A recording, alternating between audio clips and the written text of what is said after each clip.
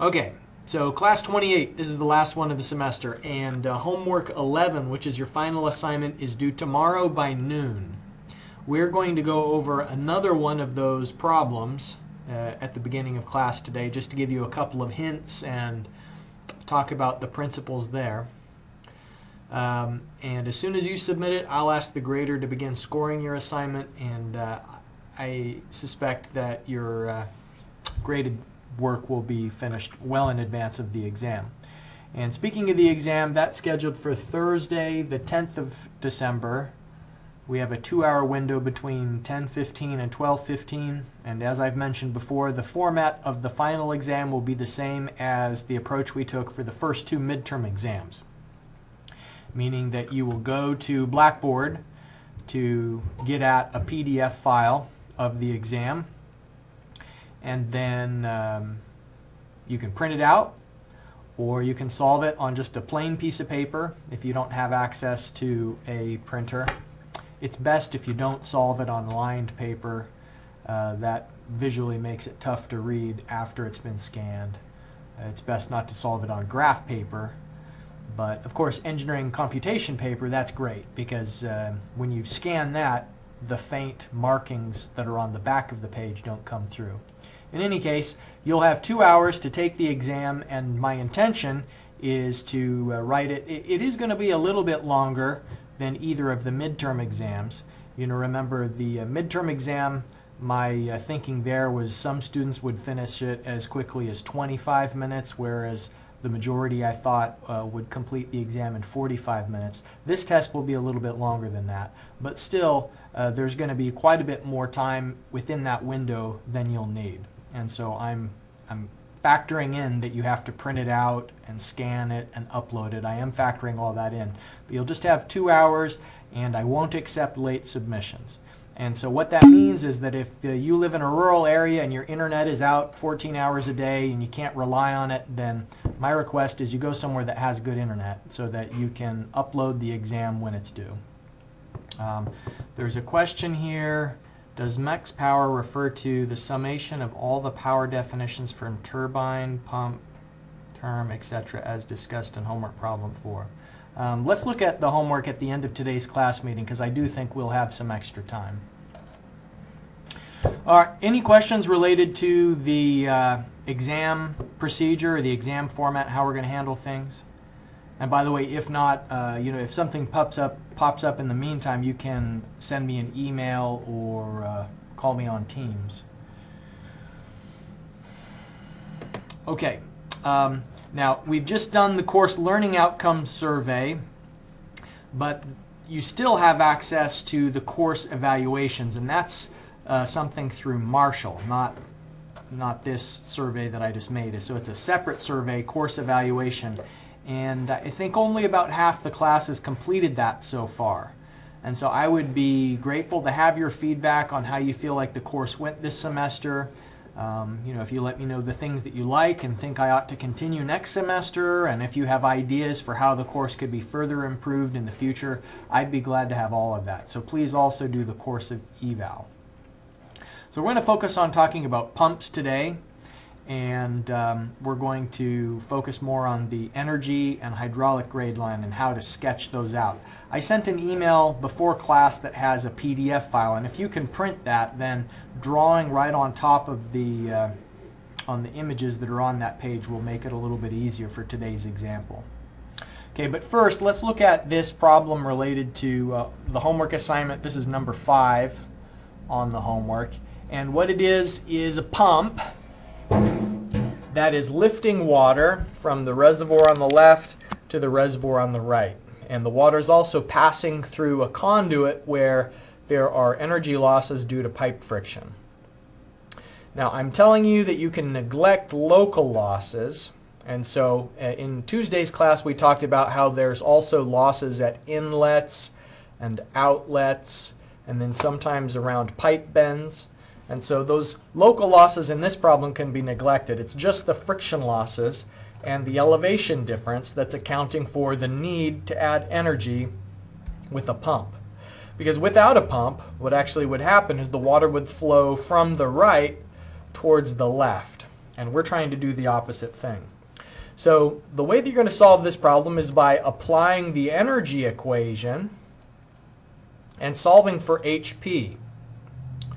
So you need to know how much pump head should be added in order to achieve 4 cubic feet per second. And so that flow rate of 4 cubic feet per second, you can, since you know the diameter of the pipe, convert it into a velocity.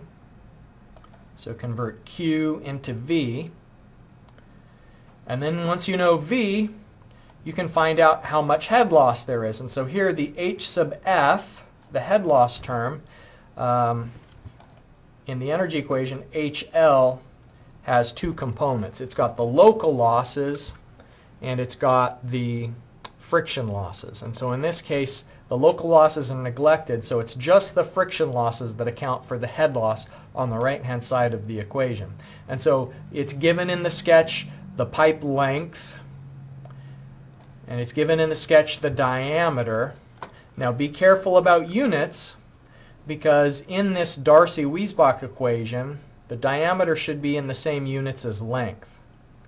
And so the units of length are feet. That means that you should also put the diameter into feet. Okay, so you'll put all of that information in. You'll find HF, and from the delta Z, you're going to be able to determine how much pump head is required. And then the second part of the problem is putting it into the pump equation. And this is saying to calculate the horsepower required. And so we're in traditional units here, which are a little bit awkward, but we can manage. I'm defining for you that in the power equation, flow rate should be in cubic feet per second. The unit weight of water should be how many pounds of force per cubic foot there are. And so remember, the typical unit weight of water in traditional units is 62.4 pounds of force per cubic foot. And then the pump head you would have calculated separately from the energy equation. Now when you put that all together, the units that come out of the power equation are foot-pounds per second. And since the problem asks for horsepower, you're going to need to make the units conversion from foot-pounds per second into horsepower by dividing by 550. All right, so the main thing I wanted to show you was just the units that need to go into the power equation when you are working in traditional units like this.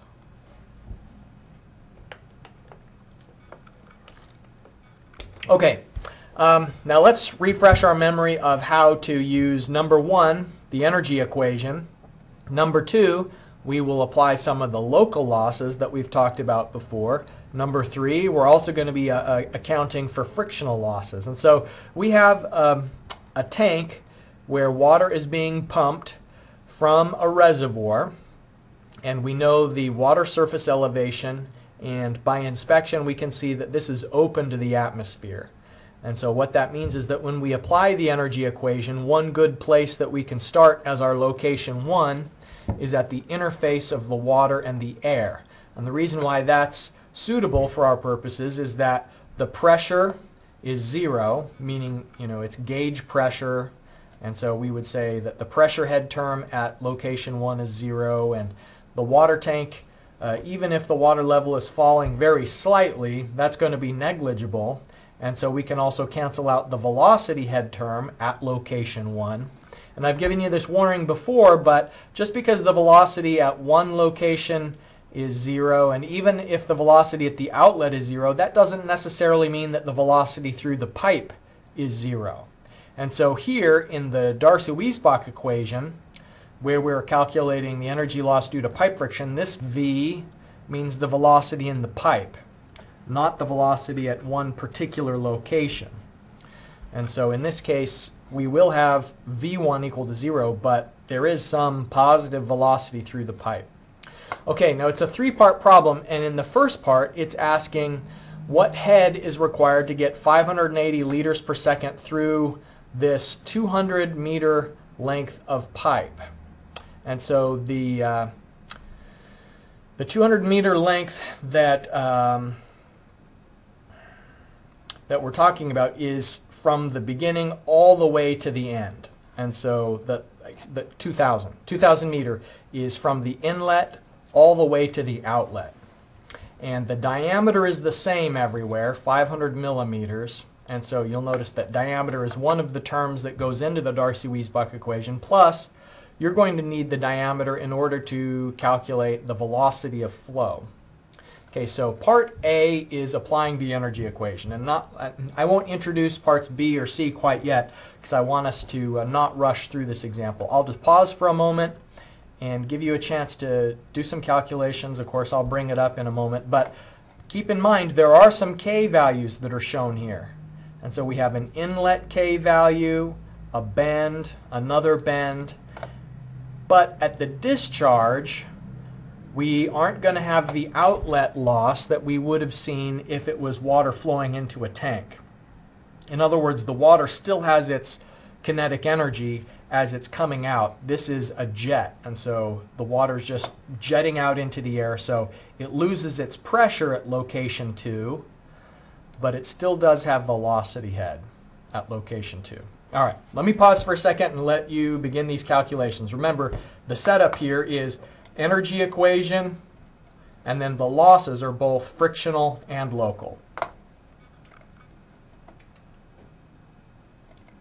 Okay, let's take a look at this solution. Indications in the chat box make me think that at least some of you have solved this one already. So let's take a look here at what we've got.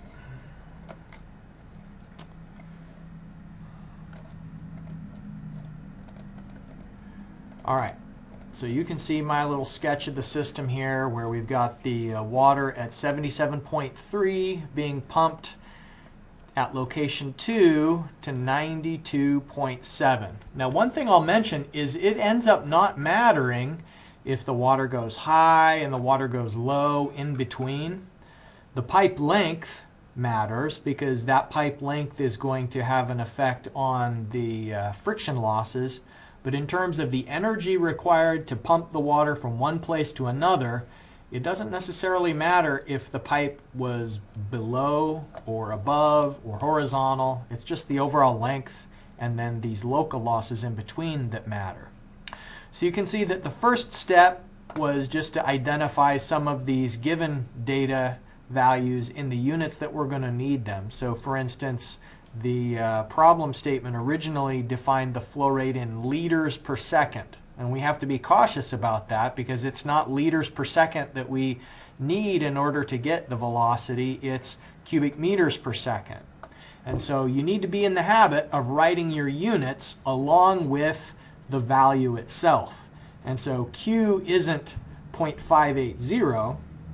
Q is 0.580 cubic meters per second. That's a correctly defined variable. Same thing with length.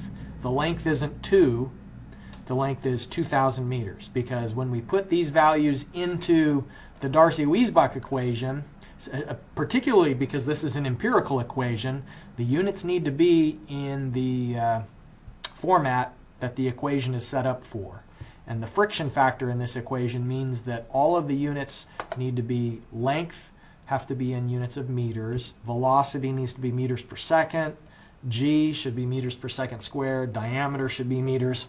So those base SI units rather than some other formulation. So same thing with D, 0.5 meters. Okay, so with that, you can see that we're looking at the energy equation and saying location 1 is at the top of the water surface in the tank on the left. 2 is just after the water exits. And so the characteristics at that point are that we know the elevation of the fluid. We know it's still going to have its velocity, whatever it is. It hasn't lost its velocity head, but it has. As soon as it exits the pipe, it loses all of its pressure head. So the pressure at location 2, since it's a jet of water surrounded by air on all sides, the pressure is 0. All right, so here's the cross-sectional area. Pi d squared divided by 4. Here's the velocity. V is Q divided by area. And then with that, we can determine the friction losses. And so you can see that I'm taking the time to actually write the substitutions in for each variable, not just the end result. And I know it can be tempting in an exam or a quiz to sometimes just write the equation and then write the final answer that comes out of it. But that would be a mistake, because writing each of the substitutions for the variables that are given gives you a chance to double check and see if the units are correct, and then it also makes it a lot easier to double check your work after you're done. So the friction losses is 33.8 meters of head loss. And then the local losses, H naught, we add up all of the K values and then multiply the K value at each location by the velocity head at that location. And since, let me just point out, in this example, the pipe diameter was the same everywhere, we could just add up the K values together. But for example, if this inlet pipe was a different diameter than the rest of the pipe, then we'd have to find the velocity at location wherever this is and multiply that velocity head by the K value at that location. And then if there's a separate velocity elsewhere, we have to use the specific velocity at that location when multiplying it by the velocity head. So you can't just add up all of the K values unless the velocity is the same at each of the locations. So just a warning there. Okay, now on this example, so the local losses are 0.8 meters, and now you can see in comparison to the magnitude of the frictional losses why we sometimes call local losses by their pejorative name minor losses. So they're minor just in as much as that generally they're lower in magnitude than the friction losses. Okay, so in total, if we rearrange the energy equation and solve for HP, you can see it's the elevation difference, and so we have to add a certain amount of pump head to overcome the elevation difference, and then we have to add a little more pump head to overcome the friction and the local losses, and then this term is that we didn't cancel out the V2 because the water still has its velocity at location 2, and so the velocity head remains, and we have to add a little bit more energy to ensure that the water is still moving at location 2. So each one of these terms represents a different amount of energy that we're having to add for a different reason. So this much energy is how much you have to add to lift the water. This is how much energy you need to add in order to move the water from stationary to having a positive velocity.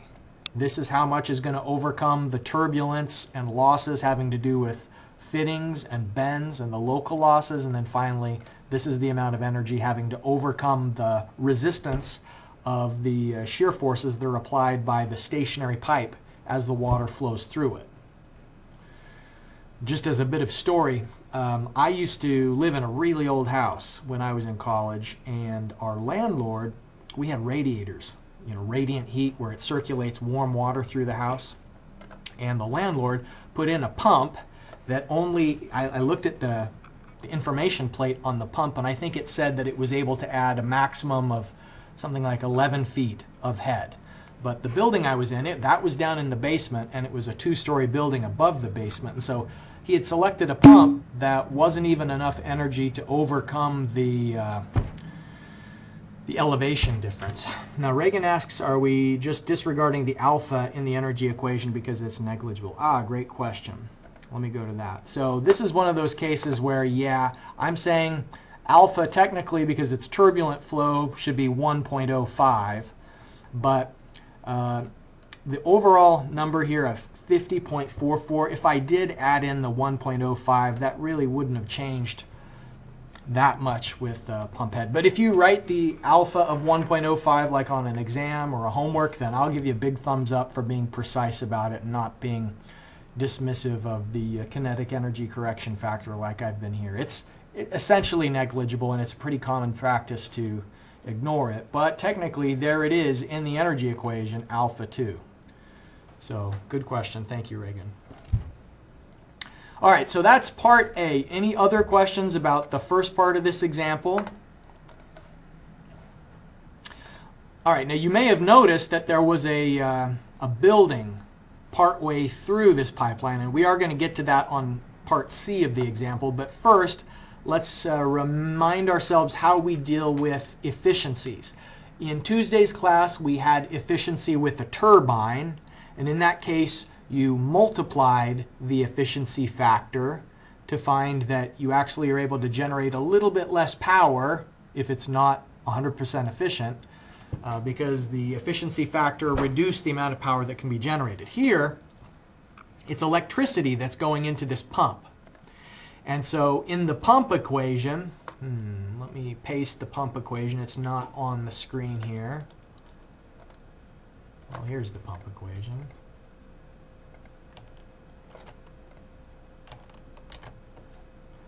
All right. Part B is asking how much electrical power is required. How many watts do we need in order to move this volume of water at this rate through the system? So what you're doing is you've just calculated that HP is 50.44 meters. Accounting for the losses, it's only 58% efficient. How much power is required? Again, I'll pause. And what I told you in the previous lecture is that in the case of a turbine, you multiply by the efficiency factor. In the case of a pump, you divide by the efficiency factor. All right, so for this power situation, we've got an efficiency of 58%, which means that most of the energy that's going to be lost is lost to heat. And so as the electricity goes into the motor, then the motor warms up and itself will be radiating heat. And then the motor is spinning a pump, and the energy that goes into the pump is also not perfectly efficient. There's going to be vibration, and the pump itself will heat up, and the water coming out of the pump will be a little bit warmer than what went in some cases. But what we do is we have the flow rate that was given in the problem statement, and remember, it needs to be in cubic meters per second. We can't just use liters per second. The unit weight of water, the pump head that's been calculated before, and now we divide by the efficiency factor. And so what that means is it's going to require more energy because of it being inefficient than it would have. If we didn't divide by 0.58, then this overall end result would have been lower. So 494,000 watts, 495, essentially 495 kilowatts. That's a lot of power. It's really a lot of power. Of course, it's a lot of water too, so I mean, that explains it. And it's being lifted. I mean, 50 meters, that's pretty high. So this isn't one of those situations where you'd be able to pedal your bike and make it happen that way, you know, or solar panels. You need a lot of solar panels to pump this much water. All right, now last part. A building is on a hill. Here's the building, and what we're going to try and do is calculate what is the pressure at the top of the building for the elevation that's specified, and we're going to assume that it's a static pressure. And so what I mean by that, let me just insert just a little drawing here to maybe suggest what I have in mind. Is there's a lateral pipe coming off of the main line up to the top of the building. And so if we were in this building and we had some sort of a fountain or a water heater connected, boy, I can't change the length of that. Let's see. That'll have to do.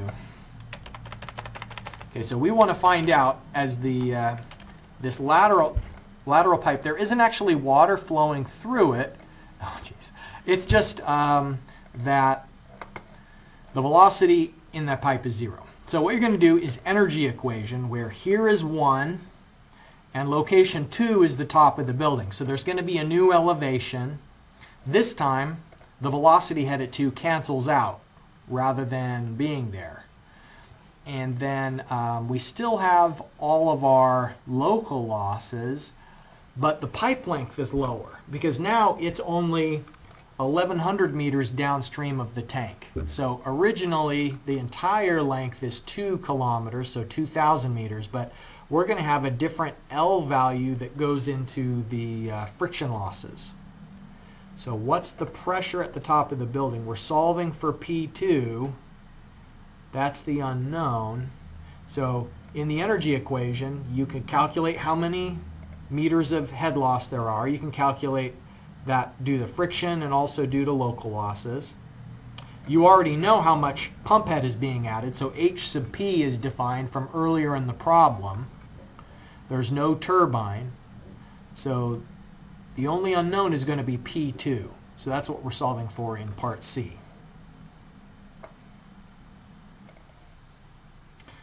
All right, part C. The first thing we need to do, I think, is determine the local losses. And so location 1 is going to be in the tank. Location 2 in the energy equation is going to be at the top of the building. So what we're going to use is just the 1100 meter pipe length, because the water is flowing through this main line, but in the pipe that runs through the building, we'll assume conditions are static. So there aren't going to be losses in the little lateral pipe that comes off of the main line. So the losses will just be the 1100 meters of the pipe length itself. So here is the HF. You can see that we've used 1100 meters for the pipe length. It's still the same velocity as it was before, 2.954 meters per second. Same diameter. Okay, so the only thing that's changed there is the reduced pipe length, and so that means that there's 18.59 meters of friction losses. The head losses are the same as they were before because all of these K values are prior to the building. So they're still between location 1 and location 2. All right, now if we rearrange the energy equation, you'll notice we've canceled out the P1 term and the V1 term, canceled out the V2 term because in the building we assume conditions are static and there's no turbine in the system. So we're just going to rearrange this to solve for the unknown pressure at 2. So visualize algebraically, we've got the Z2 moving over to the left side of the equation, the head losses moving to the left side of the equation, and then we have to multiply everything by gamma. Okay, so then that's what we're doing, is the pressure will be dependent on how much pump head is added. That's going to increase the pressure. And the higher Z is, will contribute to the pressure. Z1 decreases the pressure because the higher we are at location 2, that's going to come at the cost of pressure at location 2. And the same thing is true of both of the losses. The friction losses and the local losses both have a minus sign in front of them because, you know, that's how the energy equation is set up. But then from a conceptual basis, friction losses reduce the amount of pressure that remains in the pipe once we get to location 2. So you can see how that all fits together, and the relative magnitude of each, the amount of head that's being added by the pump, the amount of elevation at 1 and at 2, the losses. And so it's going to be a pressure of 55 kilopascals inside of the building. So it's 55,525, and that may not, you know, you don't know perspective-wise if that's a little bit of pressure or a lot of pressure, but that's actually pretty low. A typical rule of thumb would be that in an emergency situation, like if there's a fire in the area, temporarily it's okay for your water pressure to go as low as 140 kilopascals, but more normally a minimum pressure that a municipality would like to see throughout its lines to provide adequate service to people and also to prevent contamination and backflow issues would be 240 kilopascals. And so we are at 55 kilopascals versus a typical minimum of 240. So that tells us we need a bigger pump. If we need more pressure, then that's the only way we're going to get it. We're not going to be able to move the location of the building to give people there more water pressure. And it may be the case that, you know, maybe we could situate an auxiliary tank higher up on a hill somewhere to help provide pressure to people. But if the reservoir location and the building location are fixed, then the only thing a hydraulic designer has to play with is the size of the pump. And so adding a bigger pump would increase the pressure that's available at this downstream location. All right. Any questions on this example before we move forward?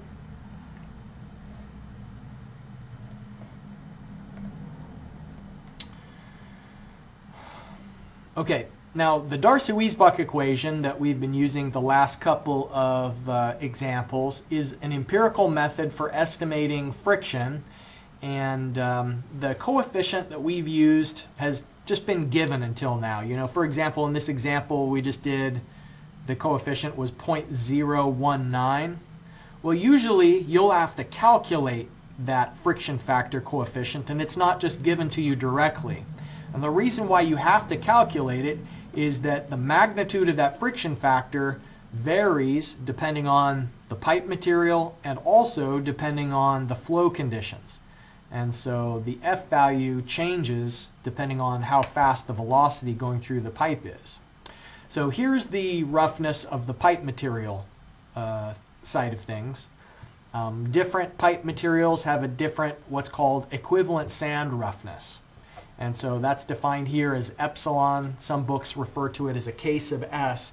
But what it does is it tries to determine the average grain size that would be representative of a pipe's roughness if it was going to be simulated by a sand grain diameter.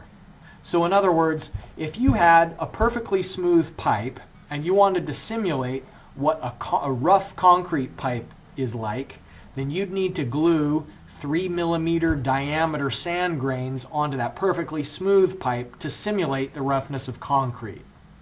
So you can just think of it as kind of an equivalent diameter of outcropping into the flow area at the boundary of the pipe. So smoother pipes are going to have a much lower equivalent roughness, and you can see the units here in terms of millimeters. And so, you know, a wrought iron steel pipe it's pretty smooth and has an equivalent roughness of 0.045 millimeters, but cast iron has a larger grain size. You know, the material of that pipe is such that the inside of it's going to be a little bit more rough. And so that's one aspect of what the F value is in the Darcy-Weisbach equation, is what the pipe is made out of. And believe it or not, there are some pipes that are made out of wood, and they're still in service in some remote New England communities that are really old, and I guess maybe it's more of an oddity or a, I don't know, kind of a gee whiz thing at this point that they've kept some of those wood pipes in service. But Reagan asks, on the final, will we need to have this table or will the values be given? Well, gee. If I say you don't need to know this stuff on the final, I'm worried you're going to turn your brains off.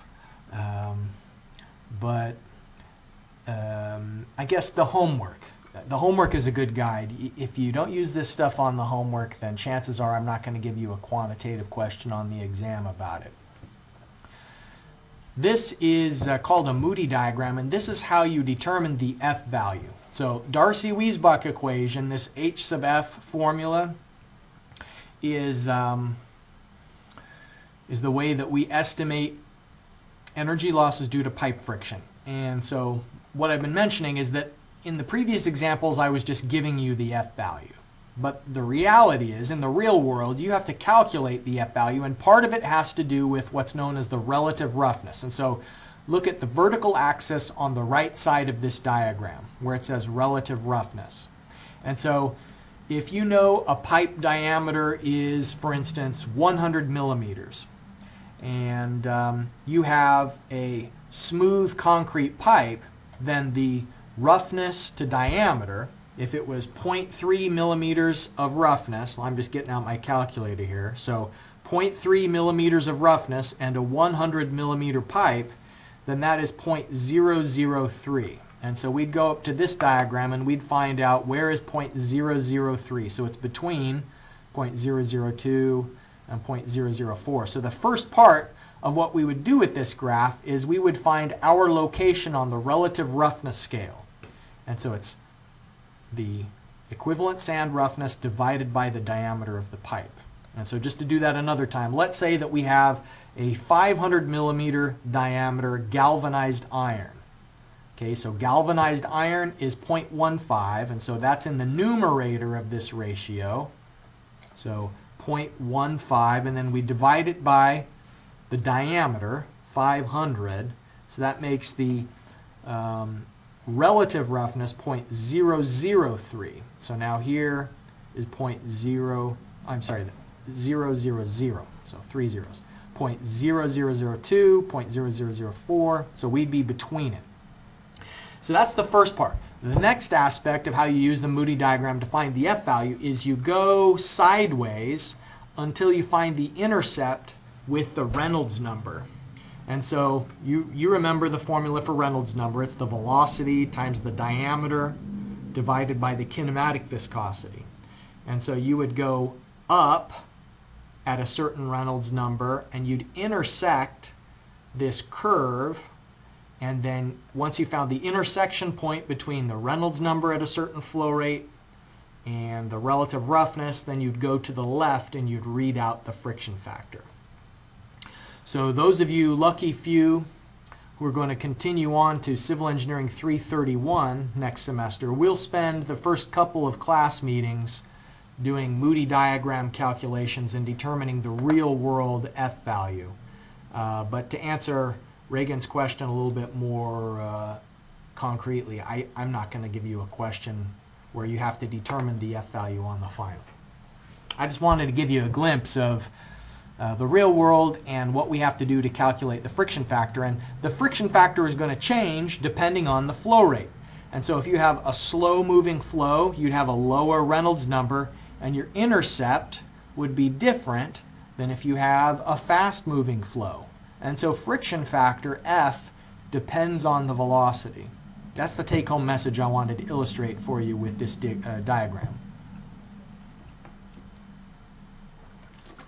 All right, so we've got just about 20 minutes left in the semester, and I want to show you a little bit about grade lines, hydraulic grade lines and energy grade line. A hydraulic grade line is a representation of how high the water would rise to if you punctured the pipe. And so look down here how we have water coming out of a tank and it's flowing to the right and then it jets out. It's just assume that you connected a pipe to a tank and water starts flowing out of that pipe. Well, the pressure is gradually decreasing in the direction of flow because of pipe friction. We've talked about that a couple of times already today, is how the amount of pressure you have at a location depends on all of the cumulative friction up to that point. But if you have we've talked about piezometers earlier in the semester and how if you wanted to measure the pressure at a certain location, one simple way to do that would be to connect a pipe at that location and then just allow the water level to rise. And so this piezometer punctured the pipe and then the water rises to a certain elevation, and that is HGL, the hydraulic grade line. So it is a manifestation of the pressure head at a location and the elevation. And then the energy grade line, so this line that's above it, is slightly different because you see the physical sketch here is showing that the pipe, rather than just being connected, the little tube, rather than just being connected directly to the pipe, the opening of the tube is directed such that the water flowing intersects and we have a stagnation point, like we talked about in the case of pitot tubes. A stagnation point is where the velocity stops, a streamline terminates at an opening, and all of the energy that existed as velocity head is transferred into an additional amount of pressure inside of the stagnation tube. And so the EGL is above the HGL in the amount of the velocity head. So EGL is essentially just HGL plus velocity head, because you'll notice EGL has three terms: pressure head, elevation head, and velocity head. Okay, so there's a couple of other characteristics I wanted to point out for you. This pipe diameter is constant, and so what that means is that the slope of this is going to be linear, that the water is losing pressure at a constant rate because the velocity isn't changing in this pipe. It's just there's a gradual reduction in pressure as the effects of pipe friction kick in. The other thing I wanted to point out is that the EGL and the HGL are parallel because they both are affected by pipe friction, and the difference between them, velocity head, is the same on the left part of the pipe. EGL and HGL are some distance apart. On the right side of the pipe, it's the same distance apart because it's the same velocity. When the water goes from the tank into the pipe, both the EGL and the HGL inside of the tank are at the water surface, but then there's this gradual divergence of the EGL and the HGL. As the water is entering this pipe, it loses a little bit of pressure so that the water can accelerate into the pipe. So the velocity head comes from a little bit of pressure that was there previously. And then since this pipe terminates into the air, it loses pressure, but it still has velocity head. And so you'll notice that the EGL is above the pipe at the end. Okay, so that's a little bit about EGL and HGL. Let's look at some other figures that show some of the characteristics that you need to be prepared to sketch. Now, what a pump does is immediately increases the amount of pressure in a system. And so if you're thinking about what's happening on the left of the pump versus on the right of the pump, this sketch is showing that the inlet pipe and the outlet pipe are the same diameter. Think about the continuity equation. Q in equals Q out, right? Like, you can't have more water going into a pump than is going out of a pump. The pump isn't storing water, and so flow in must equal flow out. And if the diameters are the same, then that means that the velocity in and the velocity out is the same. So consider, how does a pump add energy to a system? It's not by speeding up the water. The outlet versus the inlet, that's not how the pump adds energy. Although it is true that the water may flow faster than it would if the pump wasn't there, what I'm talking about is, think about the upstream versus the downstream. So how is there more energy after the pump than there was before the pump? Energy can be added either as velocity, elevation, or pressure. And what this pump is doing is it's instantaneously increasing the pressure in the fluid on the downstream end of the pump. And so what that means for the EGL and the HGL, this sketch is showing the water's flowing from left to right. And even if these arrows weren't here, you should still be able to tease that out from the EGL and the HGL sketch because they're sloping downward to the right. So that means that there is loss due to pipe friction as you move from the left to the right. Okay, now there's an abrupt increase in the pressure head. And that's because of the pump adding energy there. And so the pressure exists in both the EGL and the HGL terms. See, this first term in both of them is pressure head. So in the case of a pump, there's just a vertical line that increases the amount of energy, and then afterwards the water continues to flow towards the right, and so then there's a downward slope to the EGL and the HGL, and they're still parallel. They still have the same distance apart as they did before because the diameter upstream and the diameter downstream was the same in this example. Any questions about a pump, how it adds energy, and what it means for these sketches of energy, EGL and HGL?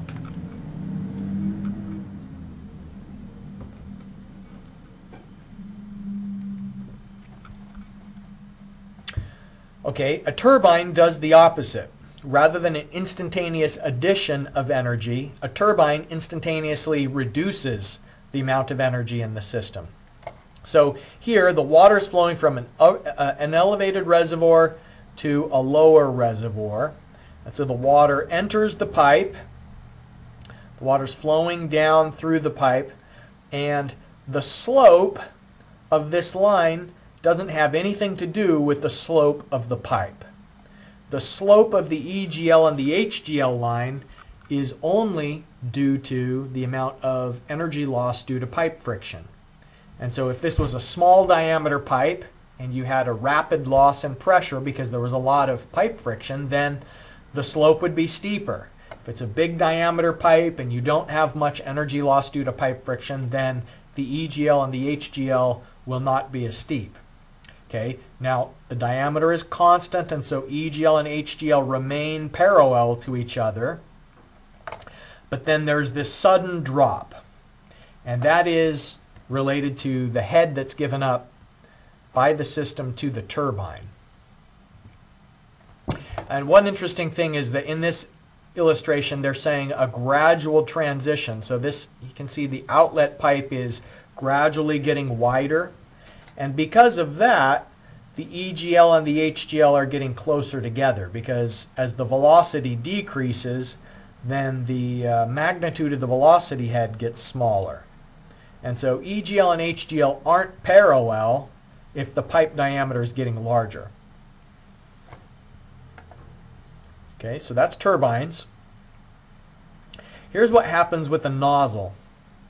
In the case of a nozzle where the diameter is getting smaller, then the velocity is increasing, because think continuity, Q equals VA. So if the velocity, if the area is getting smaller, the velocity has to increase to maintain the same flow rate, in versus out. So this nozzle is reducing the diameter, increasing the velocity, and so the distance between the EGL and the HGL is getting larger. So it's increasing the velocity head. And now this kind of puts a few things together. We've got two different diameters of pipe. The large diameter pipe has a slow velocity, and you're going to have less head loss in a large diameter pipe compared to the small diameter pipe. Because it has a smaller diameter, the rate of head loss is faster, and so the slope is going to be steeper, and also the distance between the EGL and the HGL are larger.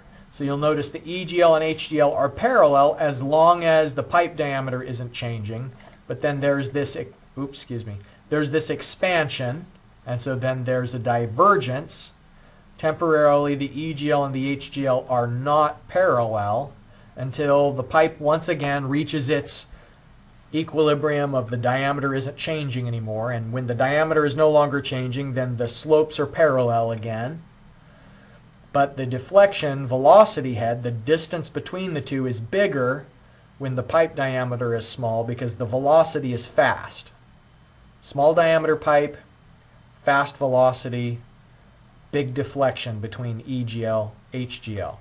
And when the water goes from the pipe into the tank, I've talked before about how that's a local loss with the K value equal to 1, meaning that you lose the entirety of the velocity head as the water goes from the pipe into the tank. And so the way that you can see that, EGL and HGL is all about seeing the energy, where it is, how the energy is decreasing through the system. It's really important, especially in water treatment plants. They'll do sketches not only of the equipment, but also they'll include in the drawings what is anticipated to be the energy grade line and the hydraulic grade line in the system, so that they can, as much as possible, have water flowing through a drinking water treatment plant by gravity and minimize the need for lots of pumps and the electricity required to run those pumps. And so EGL and HGL is not just a hypothetical thing that you'll only see in class. It's actually pretty common in hydraulic design applications, whether civil or mechanical. So what this is showing is that when the water goes into the tank, the HGL terminates at the water surface, but the EGL is above it. And then this deflection between the EGL and the water surface in the tank represents the head loss.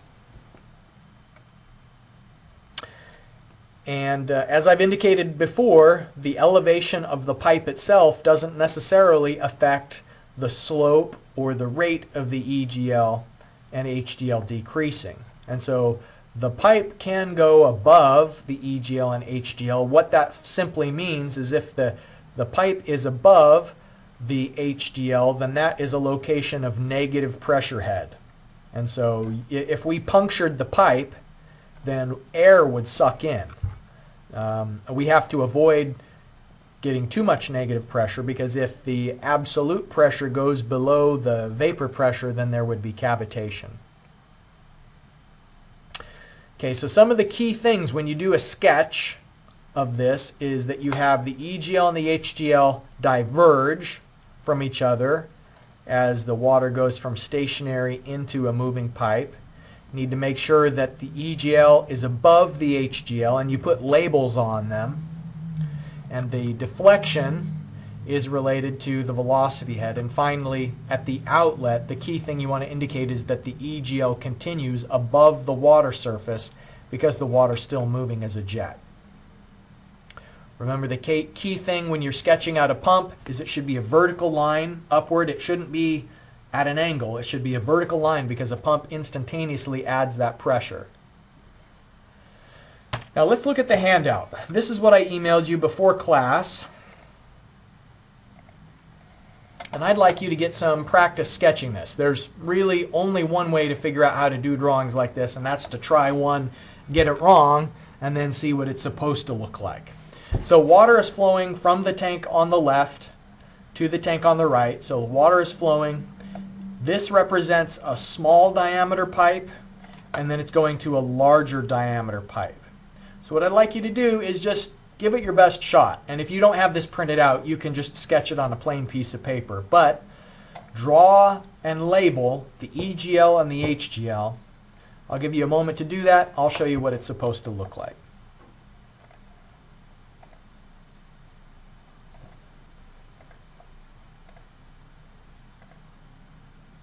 Let me show you what this one's supposed to look like, this first one.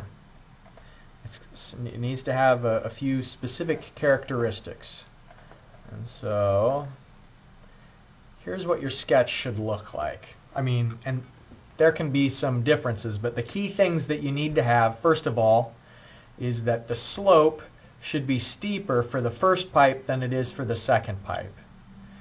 And the slope indicates the rate of energy loss due to pipe friction. And so since you have a large diameter pipe on the right and a small diameter pipe on the left, that means it's going to be losing energy fast and then losing energy slower. So steep and less steep.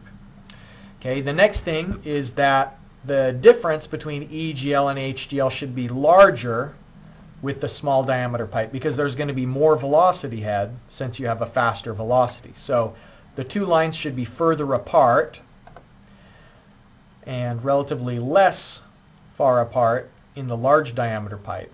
Now remember that the HGL should terminate at the tank, so the HGL comes in right at the water surface, the EGL is above the water surface, and then this transition between a small pipe and a large pipe, what happens there is that's a local loss. And so now it wouldn't necessarily be exactly the same height because this isn't drawn necessarily to scale. We don't have a vertical unit specified. But I mean, conceptually what this is showing is that there is an immediate decrease in the energy due to the local loss that's there. And then of course we have the initial divergence between the EGL and the HGL where they're both at the water surface initially, but then the HGL gets a little bit lower. And it looks like my sketch was maybe a little sloppy here. Those two lines should be parallel. It looks like they might not be perfectly parallel, but I mean that gives you the rough idea of what things are supposed to look like on that first sketch of EGL and HGL. Now here I'd like you to, trying to zoom in, not zoom in, let me try a different one.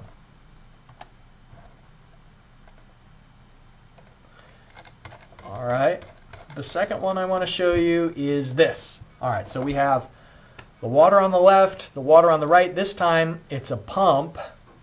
That's the only way we can lift the water up to a higher elevation. So small diameter pipe connected to a pump, and then the pump connected to a large diameter pipe.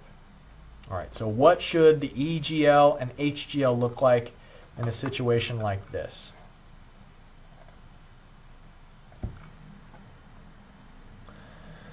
Alright, so we are 1 minute away from the end of the semester. Let me show you what your EGL and HGL should look like for this one. Okay, so the key characteristics are it should be a steeper slope for the small diameter pipe and relatively less steep slope for the larger diameter pipe. And you'll also notice the EGL and the HGL are closer together for the large diameter pipe because there's less velocity since the diameter is large, and higher velocity means that the two are further apart. And the way that the pump adds energy is with a vertical line. So it's an immediate increase in the EGL and the HGL. And then of course the EGL terminates above the water surface at the tank on the right. Okay, so there was a question at the beginning of the class having to do with one of the problems on the homework assignment, and I think it was related to the efficiency factors that I've mentioned in this problem. Let me scroll down to it just for a bit here. All right, we have a turbine efficiency of 75% and a generator efficiency of 92%.